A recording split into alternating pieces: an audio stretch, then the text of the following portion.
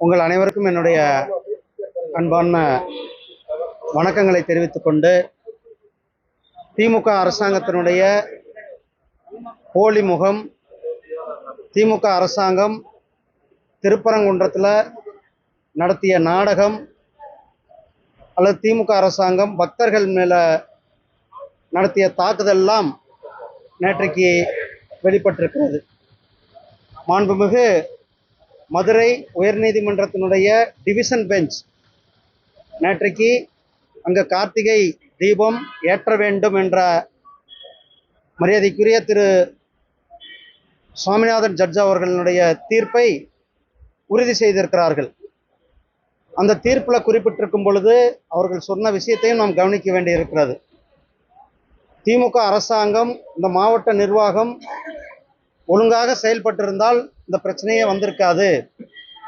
அவர்கள் இரட்டை நிலைப்பாடு எடுத்தார்கள். அவர்கள் சொல்வதொன்று செயலில் ஒன்றாக இருந்தது. உங்களுக்கு தெரியும் அந்த நடந்த சம்பவங்கள் எல்லாமே கூட.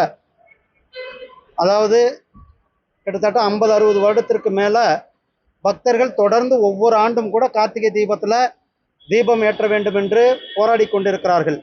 100 வருஷத்துக்கு முன்னாடியே கேஸ் நடந்து அது கார்த்திகை தீபம் ஏற்ற வேண்டிய இடம் என்று தீர்ப்பளிக்கப்பட்ட விஷயம். அந்த இடத்துல அவர்கள் பக்தர்கள் சென்று போராடி கடைசியாக இந்த வருடம் அவர்கள் நீதிமன்றத்திற்கு சென்றார்கள். மாண்புமிகு சென்னை உயர்நீதிமன்றத்தினுடைய மதுரை கிளை நீதியரசர் திரு ஜி.ஆர். சுவாமிநாதன் அவர்கள் ஒரு வரலாற்று சிறப்புமிக்க தீர்ப்பை கொடுத்தார்கள். அந்த தீர்ப்பில் பக்தர்களுக்கு உரிமை இருக்கிறது, பக்தர்கள் அங்கு சென்று சாமி கும்பிட வேண்டும் அல்லது கார்த்திகை தீபம் ஏற்றுவதற்கு அனைத்து உரிமையும் இருக்கிறது என்பதை வலியுறுத்தினார்கள்.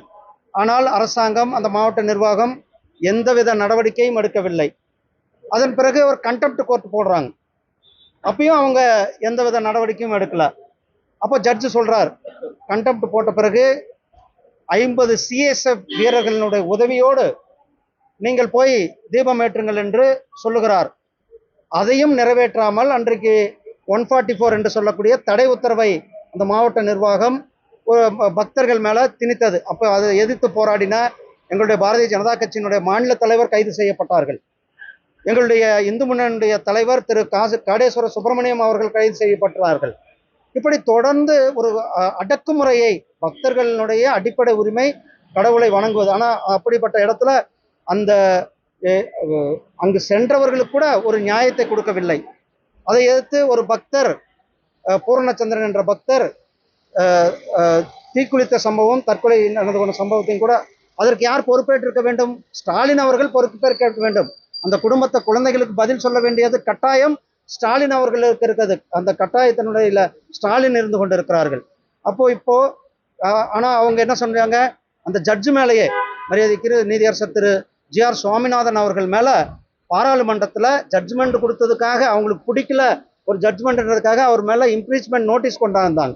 ஆனால் பாராளுமன்றத்தில் எடுத்து நாங்கள் 2 சபையிலும் நானும் அங்கே விவாதங்கள் நடந்தது உங்களுக்கு தெரியும். அதே நேரத்தில் இன்றைக்கு 2 ஜட்ஜுகள் டிவிஷன் பெஞ்ச் ஒரு வரலாற்று சிறப்புமிக்க தீர்ப்பை கொடுத்திருக்கிறார்கள். திமுக அரசாங்கத்திற்கு இது ஒரு எச்சரிக்கை. இந்த தீர்ப்பை நடைமுறைப்படுத்த வேண்டும்.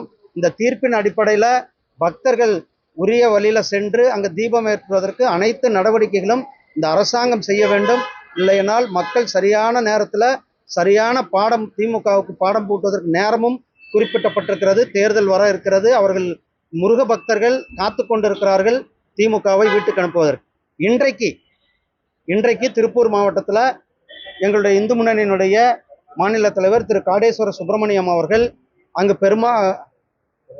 பெருமாநல்லூர் என்ற கிராமத்தில் அங்கு முருகன் கோயிலை இடித்து கொண்டு இருக்கிறார்கள். திமுக அரசாங்கம், அறநிலைத்துறையானது அங்கு இருக்கிற முருகர் கோயிலை இடித்து கொண்டிருக்கிறார்கள். அதை போய் தட்டி கேட்க போய் அவர் மேலே போலீஸ் தாக்குதல் நடத்தி அவர் மருத்துவமனையில் இருந்து கொண்டிருக்கிறார்கள், மருத்துவமனையில் அனுமதிக்கப்பட்டிருக்கிறார்கள். இதை நான் வன்மையாக, பக்தர்கள் சார்பில் வன்மையாக கண்டிக்கின்றேன். செய்திகளை உடனுக்குடன் தெரிந்து கொள்ள கீழ்கண்ட கேபிள் மற்றும் டிடிஹெச் நெட்வொர்க்குகளில் எம்நாடு செய்தி தொலைக்காட்சியை காணுங்கள். பாதகம் செய்பவரை கண்டால் நாம் பயம் கொள்ளலாகாது பாப்பா.